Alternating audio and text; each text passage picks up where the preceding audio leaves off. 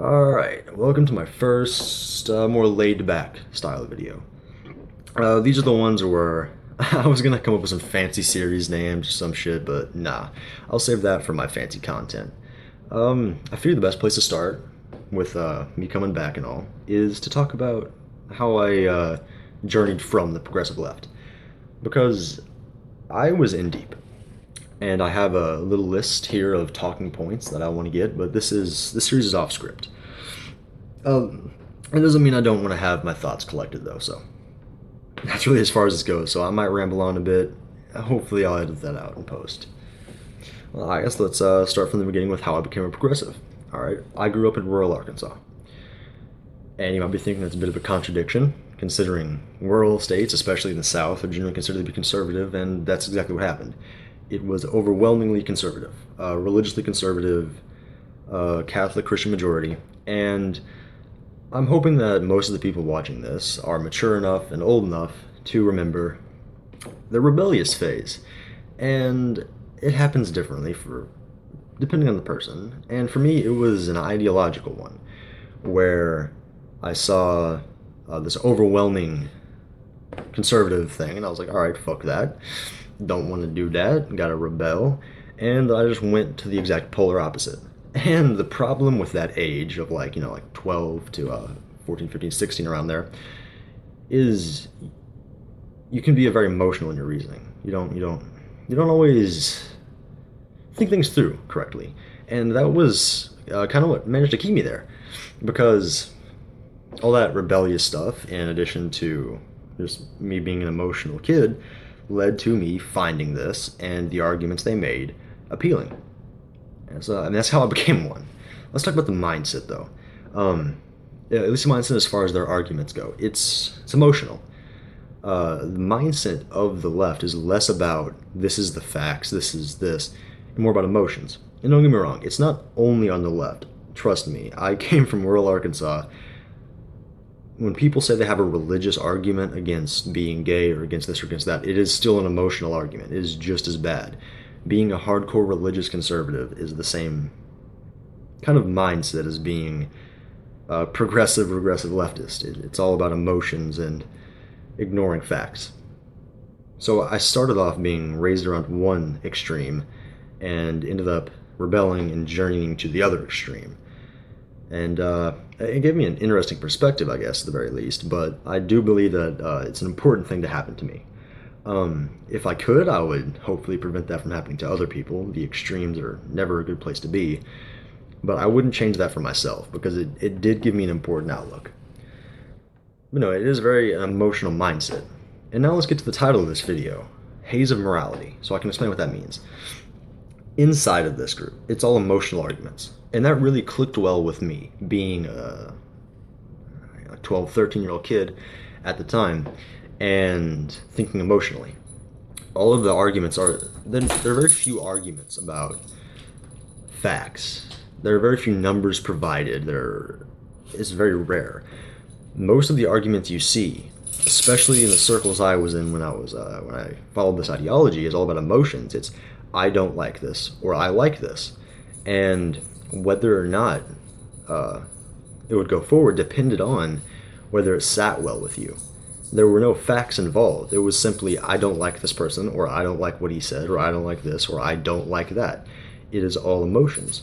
And as you can imagine, as a child, that sat really well with me, because not only is that just how you kind of think when you're a kid, but it's much easier to decide on things when it's all about emotions. If somebody confronts you with something and you can decide whether you like it or not, and that's the end, it's very easy, because it's just I don't like that or I like that.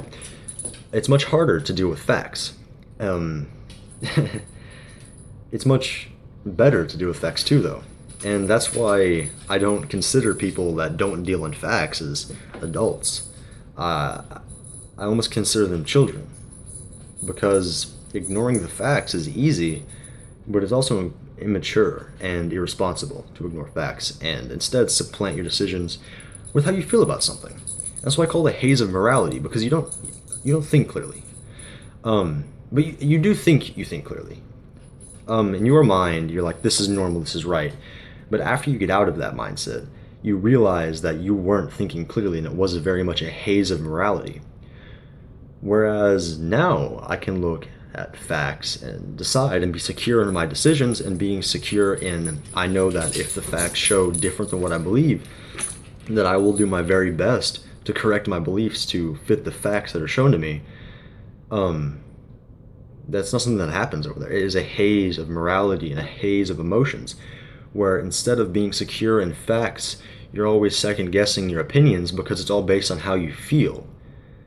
There are literally times where you'll see people who make one argument and the next day they wake up on the wrong side of the bed and their feelings change and their emotions change and they make a wholly different argument because their entire position on an issue was based on how they felt about it.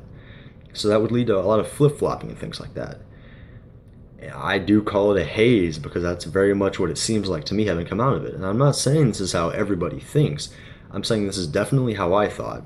This is definitely how the people that I hung around with in that time thought. Because it's something that you can recognize. Because I'm willing to bet that many of you watching this know what I'm talking about. When you have done something and you've experienced something, you can recognize it in other people. I'm never pretending to know everybody or really almost anything about anybody else.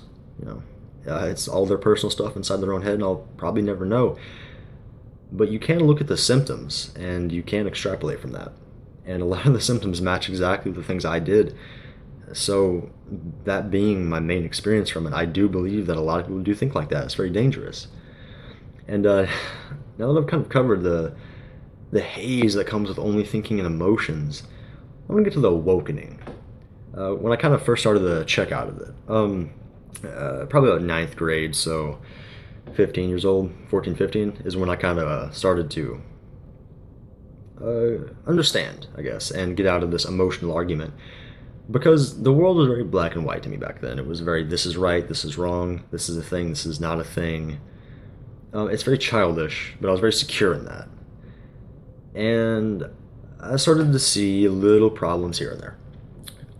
Just things that, like, oh, that doesn't make a whole lot of sense, that doesn't make a whole lot of sense, but it was also something that could be explained away. The thing is, it's not just that you explain it away. Sometimes you do it consciously, and sometimes you do it unconsciously, or subconsciously. There were many times when I was presented with evidence, and I was just like, this is incorrect. But there were even more times when I was presented with evidence that I couldn't just say, nope. And I very much just ignored it. But I didn't see a problem with that because of the mindset and the haze of morality and ethics involved, where it's all completely subjective based on the person and facts are irrelevant. You can just forget a fact that somebody made you. You can just kind of let it slide, and it's perfectly okay within the bounds of that ideology. So the idea that what I was doing was wrong was definitely supplanted in my mind, but was completely ignored. But it was there. And now I'm going to get into how this ideology prevents you from leaving the ideology. And it's all about morals and ethics and feelings. Because you're so into this and you believe this so much. And it's kind of brilliant how it does it. I don't know if it's intentional from people or if it's just kind of a side effect of this kind of thinking, but listening to opposing opinions feels wrong when you're in this frame of mind. It's not like people just decide, I'm not going to do this, I'm just going to ignore this. It's that when you're in this ideology, in this frame of mind, you watch and opposing content, you listen and you read opposing viewpoints, and it feels wrong. It feels immoral. It feels like you shouldn't be doing this because somehow it's it's just incorrect and completely immoral, wrong thing to do. And it's not like it's something that's in the conscious part of your mind where you're like, oh, I think this is kind of wrong, I probably shouldn't. It's a feeling, the kind you get deep in your gut of just, I shouldn't be doing this, like an anxiety or a dread. And it really is, it's incredibly powerful. And I experienced that whenever I was first starting to get out of this, whenever I actually stumbled across a video by Sargon of Akkad on his The Thinkery channel. It was the one about how the BBC discovered the Great Meme War. Because I've come out of this ideology very recently. It was a slow transition, and then it happened all at once. There was a very much slow transition over the past year or so, and then it just kind of happened all at once a couple months ago. So I find this video and I watch it, And I had heard of Sargon. I never watched any of his content, but that ethical, gut-wrenching feeling still applied um, to Sargon. And the only reason I actually watched the Thinkery video, was because the fucking EU meme on the cover, I thought it was hilarious. And I didn't realize that it was Sargon, so I was like, oh, I might as well give it a try. I don't really watch a whole lot of political content. I didn't even really know it was political. I just saw BBC and Meme War, and I was like, I've got to see this. Because hell, at this point, I didn't even know anything about the Meme War. I was completely out of touch with all of this. I was so deep in this ideology that I wasn't really aware there was any combat to it. I thought that all centrists were alt-right, and everybody that wasn't progressive was alt-right, and they were relegated to the fringes of society, and that most people thought like I did. Um, but then I discovered this, and it was very political, and he made claims in it. And the entire time I was watching it, he managed to keep me in with the humor, because the whole time my gut was going, don't be watching this. This is incorrect. This is immoral. This is wrong. But the humor kept me in. And afterwards, I started thinking about some of the things he said.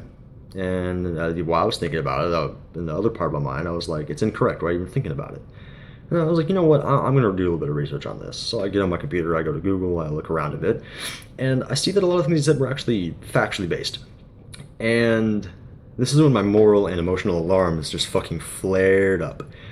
Because it wasn't like somebody had told me a fact in passing, or that I wasn't paying attention and I could just ignore it. I had very much sought out these facts myself, and I couldn't bring myself to have just researched all of this and found all of this evidence and then to ignore it. Because to me, that's when it finally broke through of that couldn't be subconsciously explained away or consciously forgotten that was in front of me.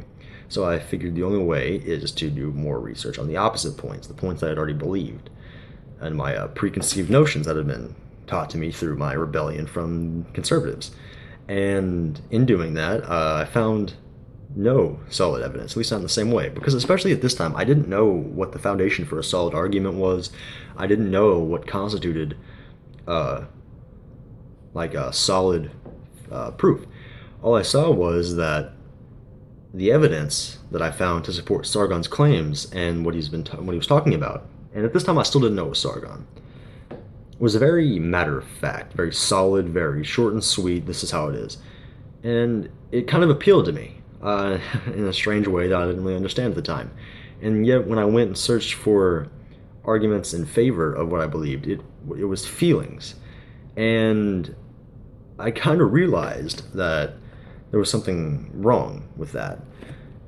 Because after I had kind of literally just one video that I'd only watched because of a shitty meme, realized that there was an issue with the argument being made, and that the arguments that I found in favor of his points were actually more convincing and seemed more founded. And I didn't really decide to be like, okay, I'm gonna pursue this. I just kind of did, I just wake up, get on YouTube or something, and I'd be like, you know what, I'm gonna go watch some more of this guy's videos. So I went through the Thinkery and I watched some of his videos, and that was the perfect channel for me to discover, because the humor mitigated that moral alarm and those emotional alarms going off in my gut about how I shouldn't be doing this, because the humor was just too fucking good and it kept me in. And because of that, I slowly started to take a more rational opinion and just watch more content, look for more reasons behind things. And at this point, it was very kind of relegated to the back. And then I found Sargon, and I was like, oh, he's evil. And I watched his videos. I'm like, oh, that voice sounds kind of familiar. And I was like, wait a minute, they're the same person. And then I had like a little bit of a crisis, and I was like, if this person is evil and he is such a detriment to society, then why were his points solid, and why was I enjoying his content, even though I didn't know it was his content? And to be honest, the fact that he didn't have his name on that channel and I didn't realize it was the same person is kind of what brought me out of it, because it allowed me to look right into it without feeling like I was doing a great disservice. And because of that, it was a very all-at-once moment of just, oh shit. So I binge watched the live stream channel, all of this. I watched his arguments. I watched as much kind of this content as I could to learn. And then I kind of just fucked off for a bit. I did some research. Uh, I checked as many of my points as I possibly can. I'm still doing this now. I'm reading the Quran, I'm reading them. I've already read the Quran and the Bible, but I'm rereading them. Um, I'm going to be reading the Hadiths. I've read The Wealth of Nations at this point. I'm going to be diving into some of this literature, and holy shit, some of this is the most boring shit I've ever read in my life, but it is definitely necessary. And I have already changed, pulled a complete 180 on almost every opinion I've held, and it's a very good feeling because you don't have to worry about emotions. You can be secure in facts. Because now instead of saying I like this or I don't like this, I can look at it and be like, is there proof of this? And one of the biggest differences is how I check something. Let me put it this way. A year ago, when I was over on the progressive left, when you're deciding whether or not to believe something, you try to prove it. It goes something like you look at this and you decide whether you like it or not. And it's not like in your conscious mind, I like this or I don't like this. It's subconscious. You like it or you don't like it. And if you do like it, you prove it to yourself. You cherry pick information and disregard information that contrasts it until you convince yourself. And that's just how it goes, whether or not it's conscious or not, because sometimes it's a mix of both. It's just how it happens. But now I've realized, I've seen myself doing it. Whenever I'm investigating something or trying to figure out if something is true, I try to disprove it. I'll look at something and I'll go to all the evidence against it, and I'll just be like, is any of this founded? Is any of this convincing? And don't get me wrong, I also look at the evidence for it, but it goes back to the whole the card thing, where you're like, you got like three cards or whatever, and there's a set of rules about which card you should flip over to prove the rule. And in order to prove it, you have to flip over the ones that could disprove it. You have to look at the evidence for an argument that could disprove it. And I found that it leads to me having much more balanced opinions and much more balanced thoughts. I mean, that's kind of how I got out of it. It was very much all at once, but it's already done a great benefit to me as a person. And now I'm going to get into the kind of the dangers of the mindset.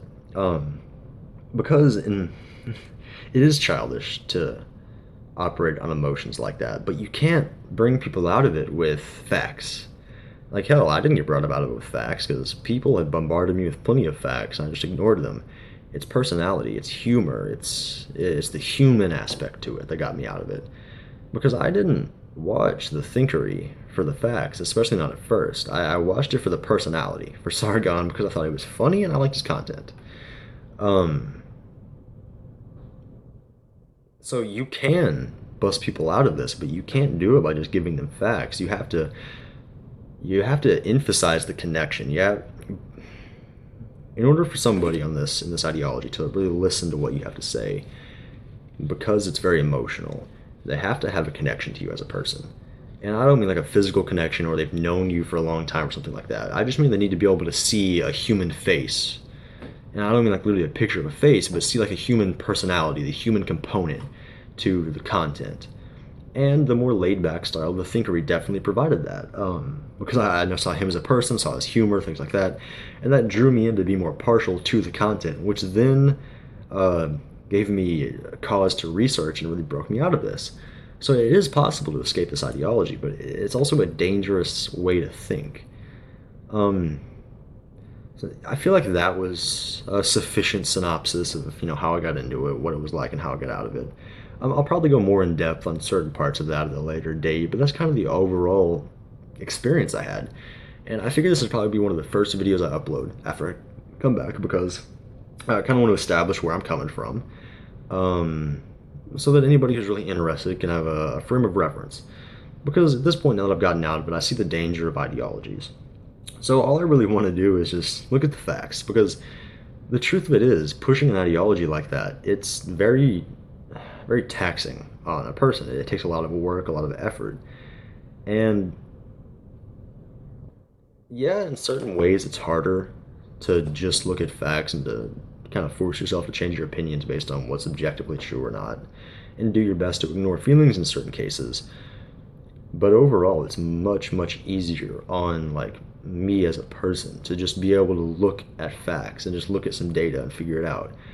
And it really is a great thing. And ever since I've stopped worrying about what's ideological things and just saying, "Oh, this is or is not true," it's been a great benefit. So hopefully I can keep going forward with that, and I do want to keep going forward with this channel as well. I don't have any plans on stopping or even slowing down anytime soon. I mean, don't get me wrong, this isn't going to be a career or anything, but it is something I feel like needs to be happening, and it is something I want to be a part of. So, thank you to those who came out and watched this video, especially to those who sat through my god-awful voice for the whole 20 fucking minutes. And have a good day.